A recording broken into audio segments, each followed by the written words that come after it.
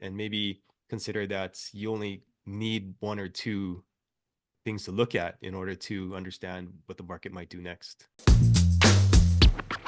Hey, it's Walter here, and you're at the Think Profit podcast, where we're going to help you develop a rock solid trading confidence and avoid the potentially endless cycle of system switching. Right, Hugh? That's right. We're going to help you develop a wealth mindset, develop a trading strategy that fits your core personality, and help you overcome the obstacles that stop over 90% of traders. All right, Hugh, sounds good. You ready to go? Yeah, let's do this. Hey, Hugh, welcome. I have a question from a trader. This trader here, Caleb, is saying he really wants to understand what the market is telling him, and that he wants to be able to look at the market and understand, what is the market telling me and what do I need to do? So what would you say to a trader like Caleb who's trying to figure out, okay, I need to look at the market and figure out what, decipher it, and then what do I do? Yeah, that's a tough one. There's a lot going on there too. So first of all, consider that maybe you don't need to know everything going on. You just need to know a few factors that will make a difference. So for example, price action patterns, certain setups, or how to use certain indicators. That's a good way to kind of figure out what to do next, instead of trying to rationalize and figure out, oh, the market's doing this, so I should do this. Beyond that, I mean, there's some other things you can look at, will help you understand, like maybe the cycles and what's going on the chart. So for example, you have the accumulation, distribution, those cycles in the market. And you could look at price action, the type of candles that are printing. And then you could also look at something like volume. I think volume is a really interesting thing to study.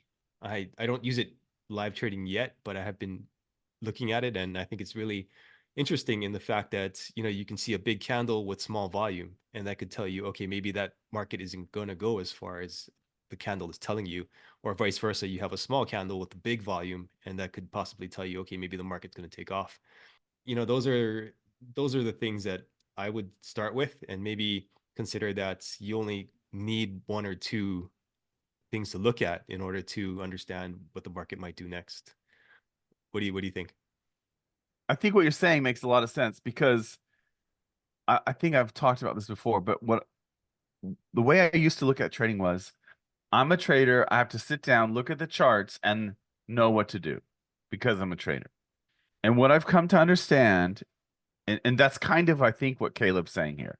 Mm. Like, I don't feel like it sounds like Caleb's saying, I sit down, I look, and I don't know what to do. Where do I look? What should I do? And you're saying, look, you can look at these approaches. So each approach is like a filter that you're looking through certain things, and you're weighing certain information more heavily than others. That's all the trading system is, really. You're just weighing certain information more heavily than others. And so what I would say is, I don't I don't believe that anymore, that I need to sit down, look at the charts, and know what to do, Mm. in a sense, because what I'm doing is I'm saying, these are my rules for this strategy. If I sit down and I'm going to trade this strategy's rules will tell me what to do. So in most cases, the thing to do is to just say no trade. Mhm. Sometimes the thing to do is to take a trade. A lot of times the thing to do is to maybe take a trade soon. Like, okay, it looks like it might set something up here, but we're not sure. So we have to wait.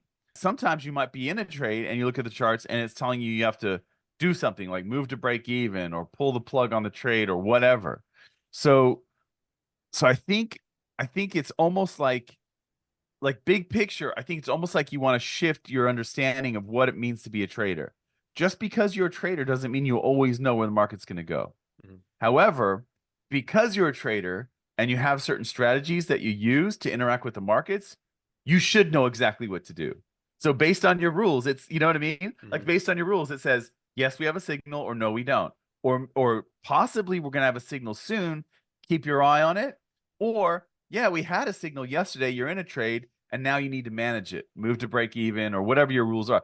To me, it's kind of like two pieces here. One is like understanding that you don't always have to know as a trader. In fact, a lot of times I have no idea where it's going to go. And I'm just like, well, I don't know. People ask me at webinars, well, what do you think about this? And I'm like, well, it could do this, but it also could do this. And it might even do that. So Mm. it's like, you don't really know.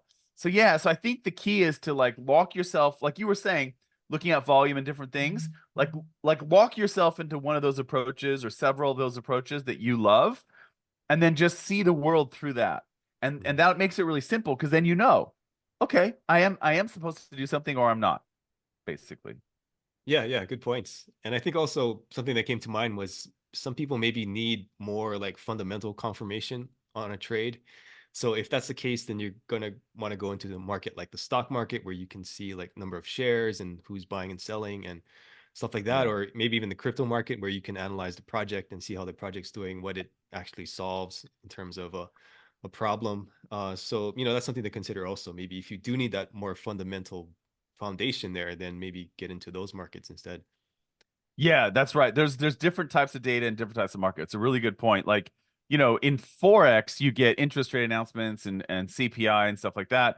And like you said, like you can look at the number of wallets that have a certain amount of Bitcoin or Mhm. how much the miners are burning, selling or all that and like stocks, is there insider selling? Like right now as we record this, there's a lot of billionaires that are selling, right? A lot of billionaires in the last 5 months or so have filed to say, look, I'm going to sell a bunch of shares, and they've been doing this. So that's like a key thing if you're in, the share market or Mhm. trading indices or whatever. Like, there's so much information out there, and depending on what market you're in, it's really cool, like the stuff that you can get out of crypto. But it's also, like you say, it's really cool the stuff you can get out of share market too. So yeah. Yeah, I personally kind of like Forex better because there's less inputs that I look at. Like you said, interest rates, maybe a couple of the figures, but that's about it.